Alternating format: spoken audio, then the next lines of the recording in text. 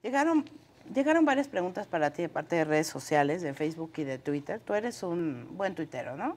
Me considero ¿Sí? no un star, pero sí presente. Presente, ok. Sí contestas tus tweets. Sí, y ayudado con otras personas, no solo yo.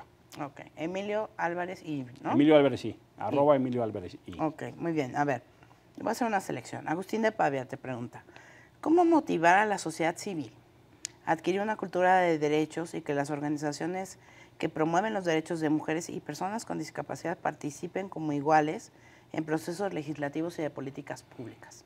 3 ideas. Una que yo quiero hacer es esta idea de Congreso Abierto. Vamos a utilizar una plataforma que hicieron un grupo de chavos del 132 que se llama YECO para ir generando iniciativas y propuestas que ¿YECO? vengan así. YECO. ¿Cómo? ¿Jacob? YECO. ¿Cómo se escribe? YEEKO. YECO. Ah, ok. Lo hicimos en campaña, probamos. Jacob. No, Jacob, esa es otra. Esta se llama YECO. YECO. Hicimos usando Facebook y Messenger un bot que se llama Milo, que dialogaba con los usuarios para ir generando propuestas. De manera que entonces la construcción legislativa también tenga la mano de la sociedad civil. Es un poco la iniciativa desde la gente. Yo pretendo que haya iniciativas o propuestas que vengan así, colegislando con actores de sociedad civil. Segunda, me parece que sí es importante que el Congreso tenga condición de que sus deliberaciones sean abiertas. Yo no veo por qué, si en la Suprema Corte de Justicia se transmite en televisión las deliberaciones, ¿por qué en la Cámara de Senadores no puede ser así? Pero sí, está el canal del Congreso, ¿no? ¿O qué? A la hora de votar sacan a la gente. A la hora de votar, por ejemplo, en Ley de Seguridad Interior, sacaron a los actores de sociedad civil. No veo por qué. Me hago cargo que hay, por las reglas que nos hemos dado, unos que votan y otros que no. O unas que votan, otras que no. Pero que cada quien se haga cargo de su voto y explique por qué. Como lo hacen los consejeros del INE, como lo hace un juez, un magistrado, una magistrada. Creo que eso tendrá que tocar. Y tercero, pienso que hay una parte muy importante de capacidad instalada en el movimiento de la no discriminación que viene esencialmente de los padres y las madres. De mi experiencia, en México la fuerza más importante de propuesta vienen de quienes tienen hijos con alguna discapacidad.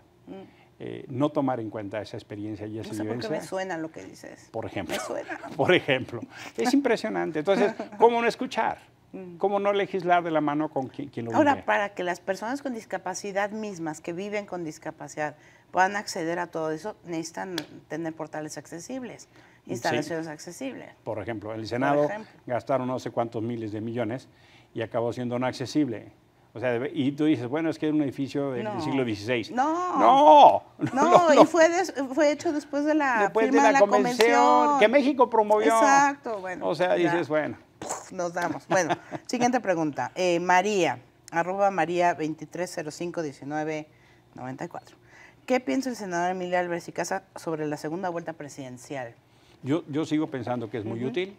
Incluso la actual elección lo demuestra. Si alguien obtiene la mitad más uno, no se necesita. No se hace. Si alguien no la tiene, es muy necesario, sobre todo porque eso también puede animar en fenómenos locales. No podemos seguir teniendo gobiernos de minoría mayor. Mira, se podrá decir lo que se quiera, pero al final del día, de 90 millones de personas que podían votar, 60 no votaron por Andrés Manuel. Me hago cargo que tiene 30 y no voy a legitimar, no voy a regatear la legitimidad. Pero sí necesitamos construir un mecanismo que nos resuelva eso. Esta elección incluso fortalece esa regla. Si en la primera vuelta tienes la mitad más uno, entraste. Si no, se necesita segunda vuelta. Y eso nos va a ayudar a tener gobiernos más sólidos, más creíbles, más legítimos. Okay. Queja Ciudadana, @quejas_ciudadana, te pregunta, dice, decepción. Creo que todo está dicho, quizás solamente habiendo tanto joven con un currículum de 3 páginas, ¿por qué apoyar a Lu Riojas? El Mijis tiene más mérito, por mucho más que ella. No lo creo. Lucía es una mujer extraordinariamente capaz. Lucía fue su candidata. Lucía fue candidata a jefa de gobierno. Y también hoy es diputada plurinominal electa. Yo me pregunto si no hay un toque de misoginia porque es mujer, o porque es de la diversidad sexual, o porque es joven. ¿Cómo así? ¿No? Me parece que aquella cosa de descalificar a la gente de sus méritos no corresponde, ¿no? Y si se mide con la misma vara, entonces, ¿cómo es así? Porque hay gente en Morena que ni siquiera tiene esa experiencia. O, por ejemplo, lo que dice la Constitución es que no se necesita título alguno, porque genera un principio de discriminación. Es porque se tiene el derecho. Entonces, ¿de qué discutimos? ¿De que no estás de acuerdo con que ejerza el derecho o cómo? ¿Me explico el dilema que se pone falsamente? Yo creo que el dilema se resuelve muy sencillo. ¿Estás de acuerdo? La apoyas. ¿No estás de acuerdo? No la apoyas. Bueno. Claudia Peña te pregunta, Emilia Álvarez, ella por Facebook, saludos Claudia. Emilia Álvarez y Casa, ¿cuál es la primera iniciativa que impulsará? Yo dije, cuando fue mi entrega de constancia, sobre 5, hablé de la abrogación de la Ley de Seguridad Interior, hablé de la importancia de empujar la Fiscalía Autónoma Independiente, hablé de la necesidad de trabajar en temas de un modelo de seguridad ciudadano integral, que tenga que ver con un modelo de participación ciudadana en seguridad.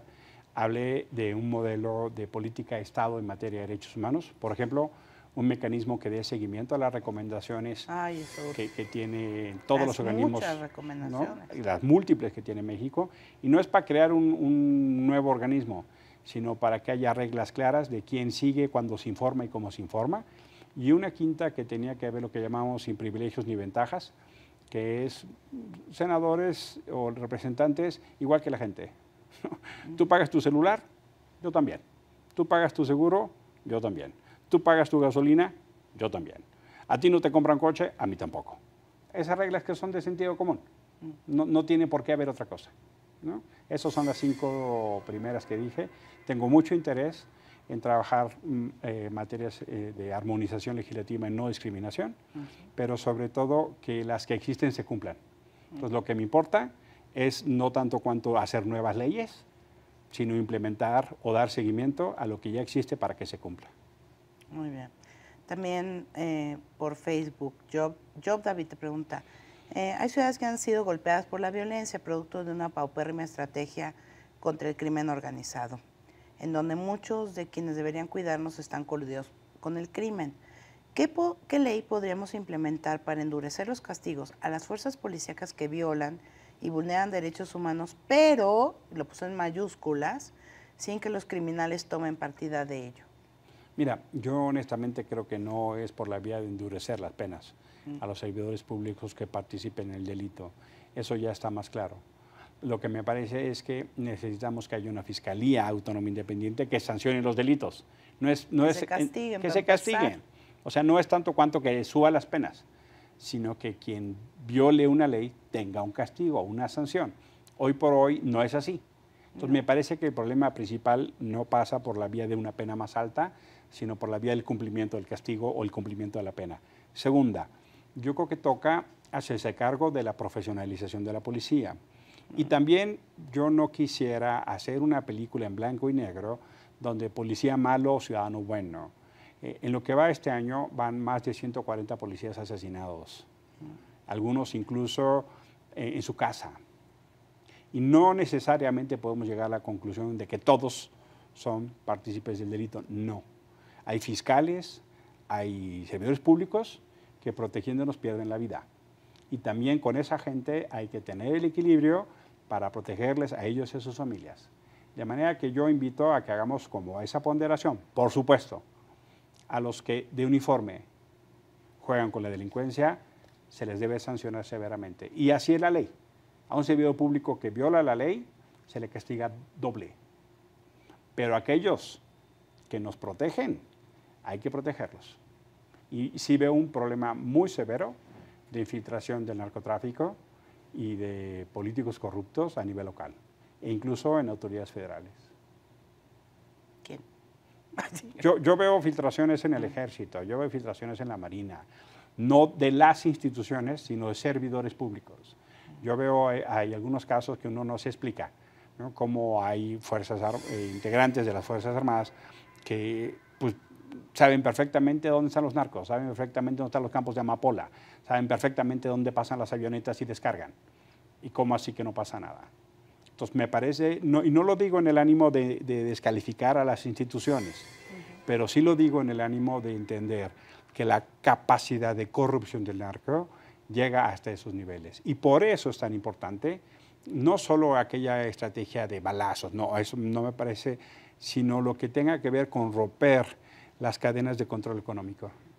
Mientras no rompamos el poder económico del narco, mientras no se controlen sus dineros, mientras no se controlen sus envíos, mientras no se controle el poder económico, y eso es esencialmente una lucha financiera e inteligencia, el poder de corrupción del narco y de captación a los jóvenes, no digo que sea infinita, pero se acerca, ¿no? Es impresionante, ¿no? Eso no se va a detener solo con darle empleo a los jóvenes, porque ahí hay detrás una ecuación que me preocupa. El joven igual, la que se quiere promover en becarios, no sicarios. No acompañó del todo esa hipótesis. Me parece que tenemos que generar condición para romper la capacidad de corrupción y coerción del crimen. Y yo honestamente veo que eso se ha hecho poco. Ok. Y la última, Noé Perlestein, espero que así sea. Dice, no me parece muy congruente, tú, ¿no? Se traiciona a sí mismo al apoyar al frente. Daba mucha pena verlo criticar a Andrés Manuel en los programas de radio y tele, cuando Andrés Manuel es el primer feminista y respetuoso de los derechos humanos. Difiero. ¿No? ¿No te parece el primer feminista? No, no me parece el primer feminista, ni respetuoso necesariamente respetuoso de los derechos humanos. Porque mira, yo, vamos, no solo de ahora, ¿va? Por ejemplo, cuando yo fui presidente de la Comisión de Derechos Humanos del Distrito Federal y Andrés, jefe de gobierno, fue uno de 4 informes. Hubo recomendaciones que no cumplió. Hubo recomendaciones por tortura que no atendió. Para poner solo ejemplo del pasado. Y ahora me parece que a veces parte de sus propuestas de poner derechos a votación, como hacia la comunidad lésbico-gay o derechos de las mujeres. Cuando hablan del primer feminista, pues no acompaño. Y que él no esté de acuerdo con mi postura no quiere decir que yo sea incongruente.